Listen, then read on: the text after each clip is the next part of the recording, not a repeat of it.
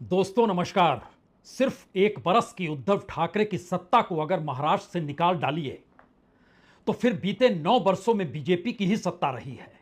वो दिल्ली से हांकी जा रही थी, दिल्ली के रिमोट पर थी, या बीजेपी अपने बूते सरकार चला रही थी। ये सारे सवाल महाराष्ट्र की राजनीति में घुमड़ सकते हैं। लेकिन नया सच तो यह है, क्या वाकई महाराष्ट्र में भी तीसरी बार बीजेपी सत्ता बना लेगी?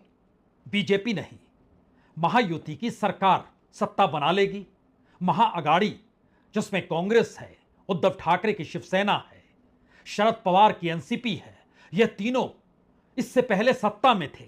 पार्टी तोड़कर उनकी जगह बीजेपी ने अपनी सत्ता बनाई, एकनाथ शिंदे को सामने किया, उसके बाद एनसीपी को भी तोड़ा, अजीत पवार को भी साथ ले आए। सामान्य तौर पर यह स्थिति कहीं से भी इस दौर में बीजेपी के अनुकूल नहीं है, या कहें महायुति के अनुकूल नहीं है। लेकिन दूसरी तरफ एमवीए के अनुकूल जरूर है, जो महाविकास अघाड़ी के तौर पर मौजूद है। लेकिन बीते 24 घंटों में ऐसा क्या हो चला है जिसके बाद महाराष्ट्र की गलियों में यह शोर बड़ा हो चला है कि आखिर इंडिया गठबंधन के भीतर मचा घमासान एमवीए को ले तो नहीं डूबेगा? और यह डूबने की प्रक्रिया में कहीं बाहर जाने की जरूरत है नहीं। समूची राजनीति मुंबई में खेली जा रही है। मुंबई की राजनीतिक पहचान ठाकरे परिवार से जुड़ी है, शिवसेना से जुड़ी है। मुंबई के अगल बगल, चाहे वो कल्याण का इलाका हो, ठाणे का इलाका हो, कोंकण का इलाका हो, उन परिस्थितियों में एकनाथ शिंदे ने अपनी मौजूदगी दर्ज कराई है, इससे इनकार भी कोई करेगा नहीं। पश्चिमी महाराष्ट्र में शरद पवार की मौजूदगी बड़ी हुई है और अजीत पवार सिमट गए हैं, इससे भी कोई इनकार करेगा नहीं। और बीजेपी अपने तौर पर जिस तरीके से चुनाव दर चुनाव अपने पर को फैलाती चली गई, और 2019 में भी 288 में से 105 सीटें तो उसने जीती थी, हालांकि वह उद्धव ठाकरे के साथ थी। लेकिन आज इन पन्नों को पलटने की क्यों जरूरत आन पड़ी है?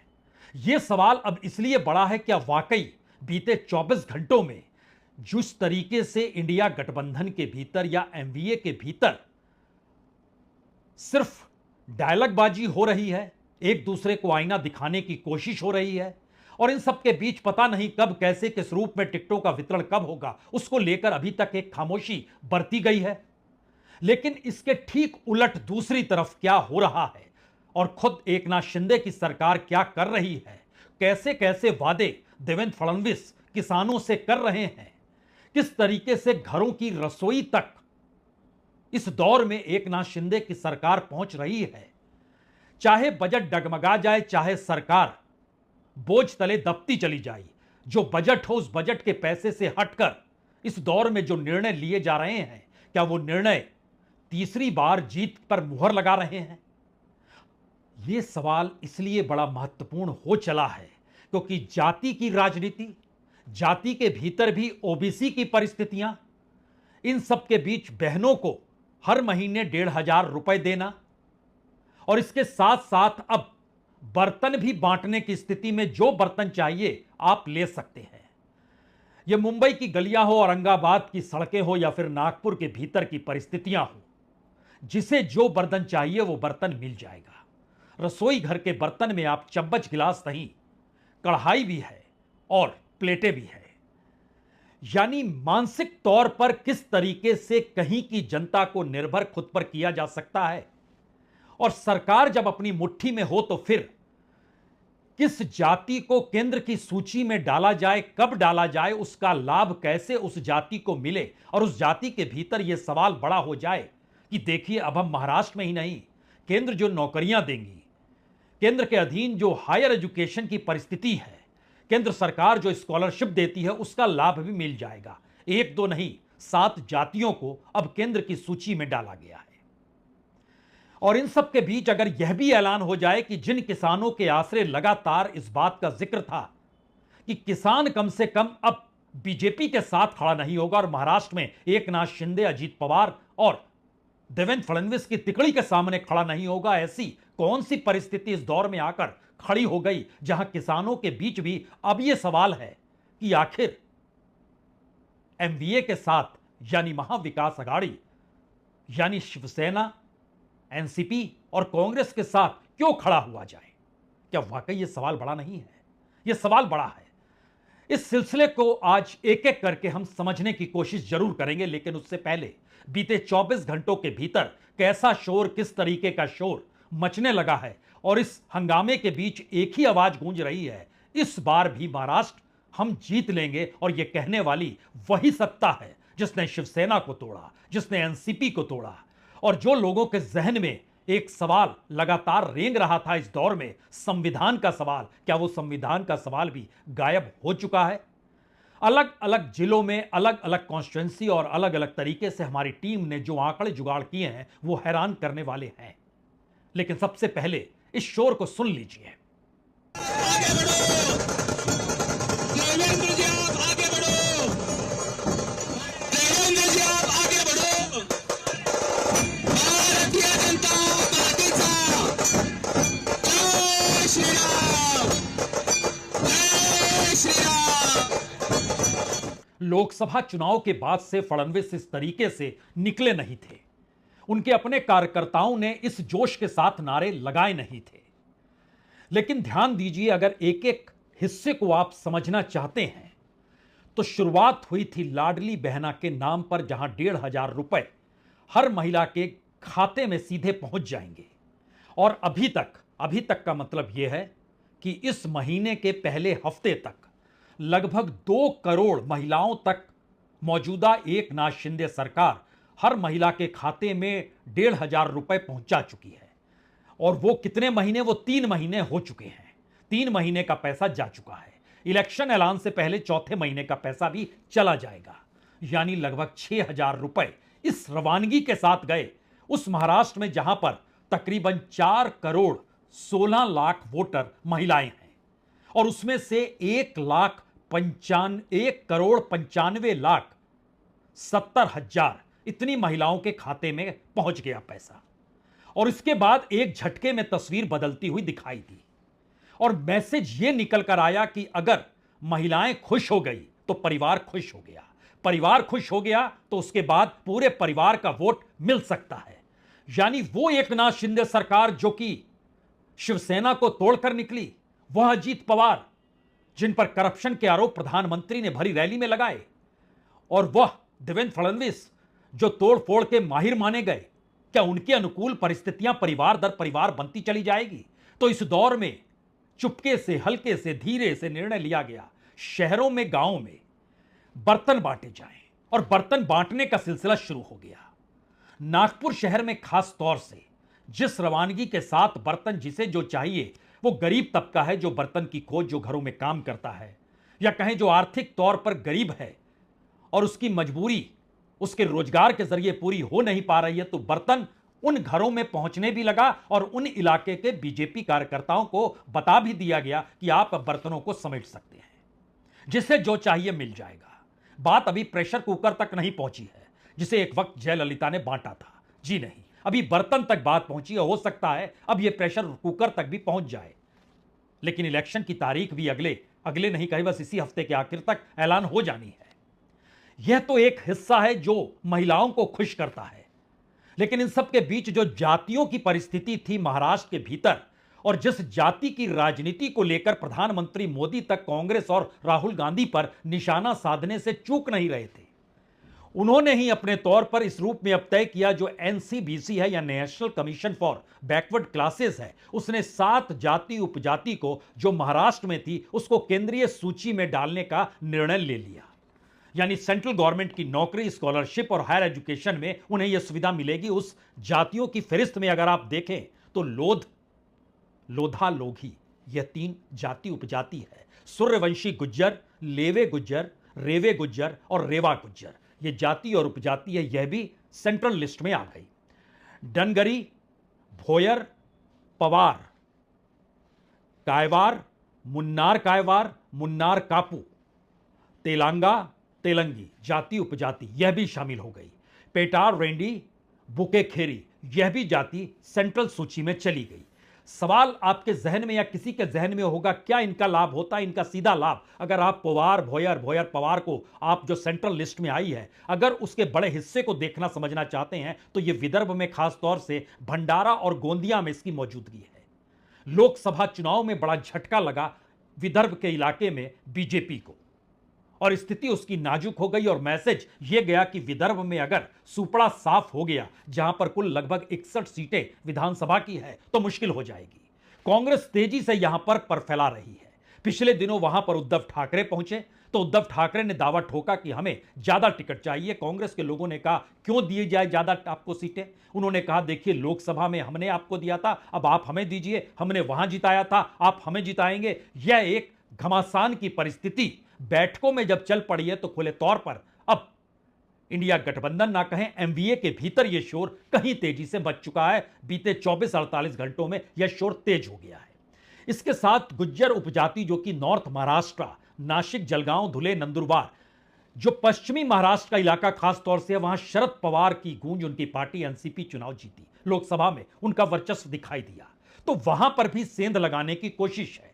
261 जाति स्टेट की जो ओबीसी लिस्ट में है, उसमें इन जातियों के आश्रय अगर आप वोटिंग परसेंटेज को परखना शुरू करेंगे और कितनी कॉन्स्टिट्यूंसी में इस वोटिंग का असर पड़ता है, तो इसको इस रूप में भी समझ लीजिए कि दरअसल लगभग 17 सीटों पर इसका असर पड़ेगा।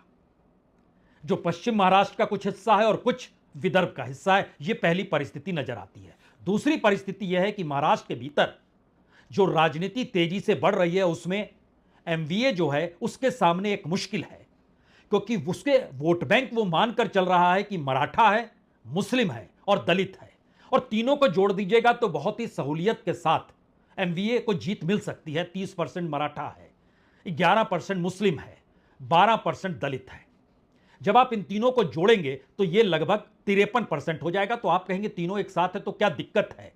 जिस तरीके से हरियाणा में जाट वर्सेस नन-जाट हुआ, ठीक उसी तरीके से मराठा वर्सेस गैर मराठा जो ओबीसी के भीतर की परिस्थितियां हैं, उसको साथ लाने की रणनीति बीजेपी अपने तौर पर बना रही है।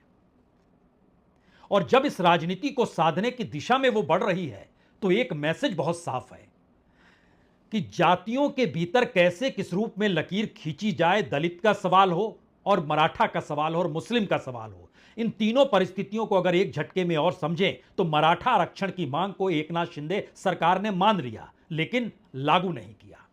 और जब लागू नहीं किया तो दूसरी तरफ यह माना गया कि मराठा वोट शिफ्ट हो गया पूरे तरीके से एमवीए के पक्ष में।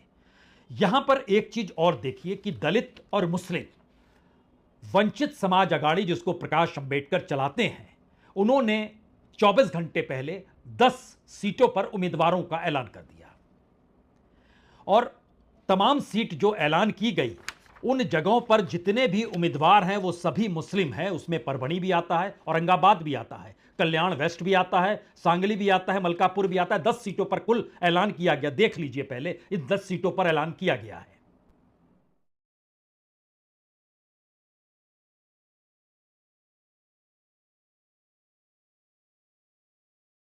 दसों नाम मुस्लिमों के हैं। मैसेज बहुत साफ है, क्योंकि प्रकाश अंबेडकर या कहें वंचित बहुजन अघाड़ी ने खुले तौर पर कहा है वो अकेले चुनाव लड़ेगी। वो वोट किसके काटेगी? वो जाहिर है वोट मौजूदा वक्त में जो सरकार है उसी के काटेगी, और उसी के खिलाफ एमवीए खड़ा है, जो विकास एमवीए महाराष्ट्र विकास अघाड़ी के तौर पर जिसकी मौजूदगी है। राज ठाकरे भी अलग लड़ने की दिशा में जा रहे हैं, वह भी वोट किसके काटेंगे? यह सवाल इसलिए बड़ा हो चला है कि किसी भी हालत में एकनाथ शिंदे की सरकार के जो वोट हैं वो बिखर जाएं, और ये बिखरने की परिस्थिति में अब किसी की नजर भी किसानों पर जाएगी।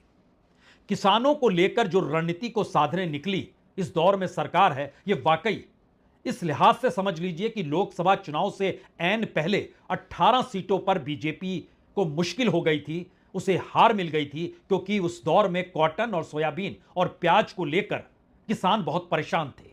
इस देश में जो किसानों का आंदोलन हुआ उसमें महाराष्ट्र के किसानों की भागीदारी बहुत कम रही, लेकिन वहां पर जो मुश्किल कॉटन, सोयाबीन और प्याज की कीमत का नहीं मिला, और जो लोकसभा चुनाव में 18 सीटों पर असर पड़ गया, अब उसके बाद तय यह हुआ कि किसी भी हालत में जो एमएसपी होती है, मिनिमम सपोर्ट प्राइस होता है, और जो बाजार की कीमत होती है, उसको मूल्य को पाटने के लिए सरकार ने तय किया 65 लाख रुपए कपास के तौर पर दिए जाए। और जिनके पास 2 हेक्टेयर तक की जमीन है, प्रति हेक्टेयर 5,000 रुपए उन्हें दिए जाए, ट्रांसफर उन्हें कर दिया जाए। और ध्यान दीजिए, प्याज के एक्सपोर्ट पर बैन लगाया गया था, वो बैन भी हटा लिया गया। और इस प्रक्रिया में चूंकि अब अगले महीने चुनाव है और अगले महीने नवंबर के वक्त ही कपास और सोयाबीन की फसल होती है, तो महायुति ने किसानों के अनुकूल जो मंडी है और खुला बाजार है, दोनों जगहों पर अनुकूल कीमत मिले, इसके लिए अभी से प्रयास शुरू कर दिए और कृषि बाजार का मैनेजमेंट अपनी हाथ में ले लिया और उसको सही तरीके से कैसे किस रूप में प्रभावी करेंगे, खास तौर से विदर्भ और मराठवाड़ा के इलाके में, क्योंकि इन दोनों जगहों पर बीजेपी साफ हो गई, इन दोनों जगहों पर कांग्रेस का वर्चस्व आ गया। मराठवाड़ा में तो एक भी सीट लोकसभा की बीजेपी को मिली नहीं, जहां एक वक्त उसकी मौजूदगी रहती थी। 4 में से 2 सीट तो हमेशा जीती है, लेकिन इस बार साफ हो गई। तो किसानों को इस लिहाज से मैनेज करना, और इन सब के बीच मानसून चूंकि अच्छा हुआ है तो फसल अच्छी होगी, कीमत सिर्फ दिलाने की जरूरत है। अब इन सवालों के बीच 3-4 बातों पर जिक्र शुरू कीजिए। लाडली बहना, तकरीबन 2 करोड़ महिला वोटर। बर्तन के लिहाज से जो जोड़ा गया उसमें माना गया है कि जिन शहरों को अभी चुना गया और जो कार्यकर्ताओं के जरिए चीजें आगे बढ़ाई जा रही है, लगभग 1 करोड़ महिलाओं को तो बर्तन बांट ही दिए जाएंगे इलेक्शन के ऐलान होने तक भी। और इन सब के बीच किसानों को लेकर ऐलान, देवेंद्र फडणवीस कई मौकों पर यह कहने से चूके नहीं, 25 साल तक फ्री या मुफ्त बिजली दी जाएगी। यानी इकोनॉमी को ना संभाल पाना और इकोनॉमी की हालत बद से बदतर होते चले जाना, इन सब से बेफिक्र परिस्थितियों में तमाम सुविधाएं देते हुए जेब भर दीजिए, बैंक अकाउंट में पैसा डाल दीजिए, सुविधाओं की पूरी पोटली खोल दीजिए, सामने टिकेगा कौन? और जो कांग्रेस शासित राज्य हैं, क्या वहां पर चीजें इंप्लीमेंट हुई हैं? और इंप्लीमेंट नहीं हुई है तो क्यों नहीं हुई है? जीएसटी तक का तो पैसा गैर बीजेपी शासित राज्यों को मिल नहीं पाता है, उन्हें रिजर्व बैंक से कर्ज लेना पड़ रहा है। कर्ज में डूबी हुई सरकार आपको बार बार नजर आएगी। हिमाचल प्रदेश यूं ही दिवालिया होने की परिस्थिति में खड़ा नहीं हुआ, पैसा कहां सेंटर दे पा रही है? और सेंटर की राजनीति अगर, या फिर इस देश की राजनीति अगर इकोनॉमी से जुड़ जाए और इकोनॉमी में इस देश के भीतर जो फेडरलिज्म था वो ढांचा चरमरा जाए तो क्या होगा? इसको बहुत माइन्यूटली बीजेपी ने समझा और राजनीतिक तौर पर इसको अमल में लेकर भी आई। और यहीं पर एक सवाल सबसे बड़ा निकल कर आता है कि क्या वाकई इंडिया गठबंधन या एमवीए के पास कुछ भी नहीं है? कुछ तो है, वो कुछ क्या है? और लेकिन जो कुछ है उसका असर कहां कहां पड़ेगा हम आपको बतलाते हैं, लेकिन उससे पहले हमें लगता है इस आवाज को सुनिए। बीते 24 घंटों के भीतर की आवाज है, इसमें एक दर्द भी है और इसमें एक डर भी है। है कि भारतीय जनता पार्टी के साथ अगर लॉन्गेस्ट स्टैंडिंग अलायंस था तो शिवसेना का था। शिवसेना को जिस तरीके से पीठ में खंजर घोंपा गया 2019 में, फिर उसके बाद पार्टी को तोड़ने का काम किया गया, फिर इलेक्शन कमीशन से लेकर अपने सारी सेंट्रल एजेंसीज और यंत्रणा यूज कर शिवसेना में फूट डाली। आप अगर बात करते हैं, आप अगर चिराग पासवान जी की पार्टी देखें, आपने चिराग पासवान, रामविलास पासवान जी आपके अलायंस थे, आपने उनकी पार्टी को तोड़ने का काम किया। आपने शिरोमणि अकाली दल के साथ अपना काम देखा, किस तरीके से आपने उनको निपटाने की कोशिश की।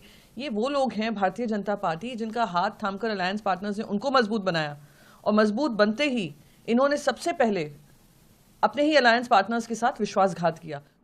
डर इस बात का है कि बीजेपी की रणनीति जो हरियाणा में चल गई, क्या वो महाराष्ट्र में भी चल जाएगी?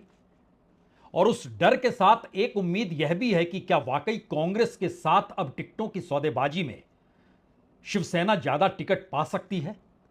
मुख्यमंत्री के चेहरे के तौर पर उद्धव ठाकरे को प्रोजेक्ट कर सकती है?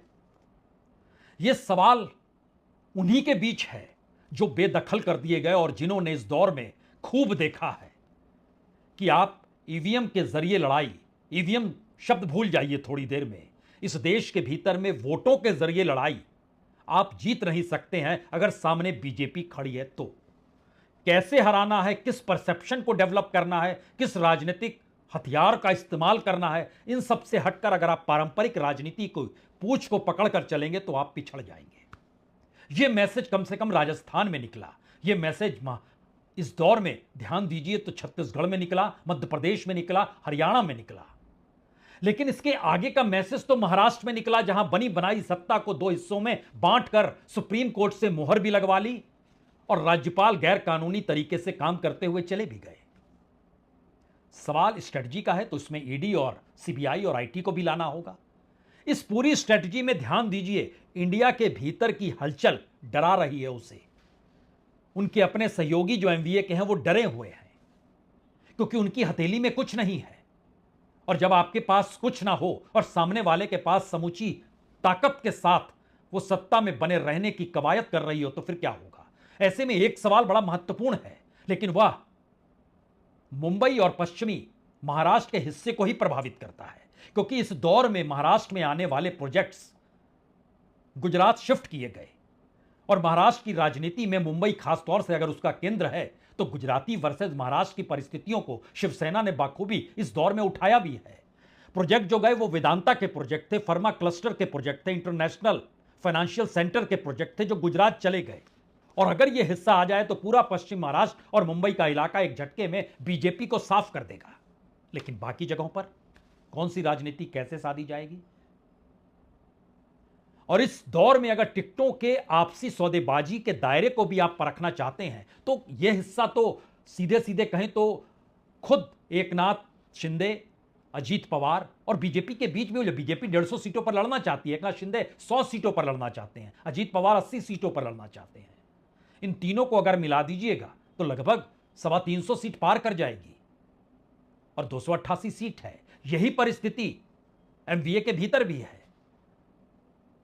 लेकिन आखिर में सबसे बड़ा सवाल क्या है?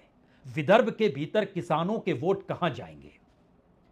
जो ओबीसी का वोट है मराठवाड़ा और विदर्भ के भीतर, वो कहां जाने वाला है? पश्चिम महाराष्ट्र के भीतर लोकसभा चुनाव में तो शरद पवार की पार्टी आगे बढ़ गई, लेकिन अब वहां पर महिलाओं के वोट कहां जाएंगे? मुंबई के भीतर शिवसेना के साथ इमोशनली चीजें जुड़ी हुई हैं, लेकिन क्या अपने बूते शिवसेना चल पाने की स्थिति में है? जिस लहजे में कल सामना में लिखा गया, अगर कांग्रेस चाहती है अकेले लड़ ले, तो क्या यह मौका था इस बात को लिखने का? यह परिपक्वता तो नहीं है, ये इनमैच्योरिटी है। लिखा गया, लेकिन क्या शिवसेना अपने बूते चला सकती है? अपने बूते अपनी पार्टी को नहीं संभाल पाई। विधायक टूटे, सांसद टूटे, यहां तक कि अलग अलग जिलों में मौजूद शिवसैनिक भी टूटे। तो आप राज्य को कैसे चलाएंगे और देश को लेकर क्या दृष्टिकोण है? यह सवाल शिवसेना को लेकर तो होगा ही। और इस सवालों के अक्सले जो बड़ा सवाल यह भी है, राज्य की तकरीबन 133 सीटों को लेकर जिस रास्ते मौजूदा में एकनाथ शिंदे सरकार चल पड़ी है, वो किसानों को 25 बरस तक मुफ्त में बिजली देने का जिक्र हो, लाडली बहना योजना के साथ बर्तन बांटने का जिक्र हो, किसानों को मिनिमम सपोर्ट प्राइस से हटकर बाजार का पैसा और उस हद तक कीमत दिलाने का जिक्र हो, युवाओं के खाते में पैसा डालकर उनको बेरोजगारी भत्ता देने की बात, बल्कि अब वो लागू है और वो पैसा दिया जा रहा है, इस स्थिति में आ गया हो। यानी जो पूरा बजट है राज्य सरकार का वो डगमगा चुका है, लाखों करोड़ के घाटे में वो चल रहा है। आरबीआई से कर्ज लेकर सरकार चल रही है और सबको पता है कि डर दिल्ली की सत्ता को इस हद तक है, इसीलिए उसने वहां पर बीएमसी के चुनाव नहीं कराए। यह परसेप्शन बहुत साफ है कि बीजेपी डरी हुई है, महाराष्ट्र खिसक गया तो क्या होगा। तो आखिरी सवाल, महाराष्ट्र का मतलब इस देश की आर्थिक नगरी है। आर्थिक नगरी इस देश की कैपिटल के तौर पर है।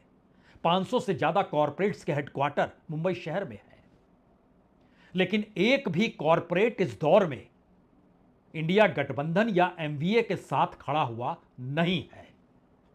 और उस कॉरपोरेट की पूंजी, उस कॉरपोरेट के बीते 10 बरस की साख जो मोदी सत्ता के साथ जुड़ी रही, वो क्या एक झटके में गंवाना चाहेगी? जब इंडिया गठबंधन के भीतर का मैसेज बहुत साफ हो, अंबानीज और अडानीज की कमाई जो है वह इस देश में लूट पर टिकी है और इसके खुले तौर पर राहुल गांधी कहने से चूक नहीं रहे हों, और मुंबई शहर में जमीनों को कब्जा करने की परिस्थिति में अब तो अडानी का नाम लेने से आदित्य ठाकरे भी नहीं चूकते हैं। कहते हैं जो पैसा बकाया है लीजिए, और धारावी का सवाल अनसुलझा नहीं है। लेकिन सवाल तो एक ही है, चुनाव की जीत हार आपके तमाम बुरे कर्मों को ढक देगी और चुनाव में हार आपके अच्छे कर्मों को हाशिए पर ले जाकर दफन कर देगी। कौन कहां खड़ा है आप समझ सकते हैं। बहुत बहुत शुक्रिया, बहुत बहुत शुक्रिया।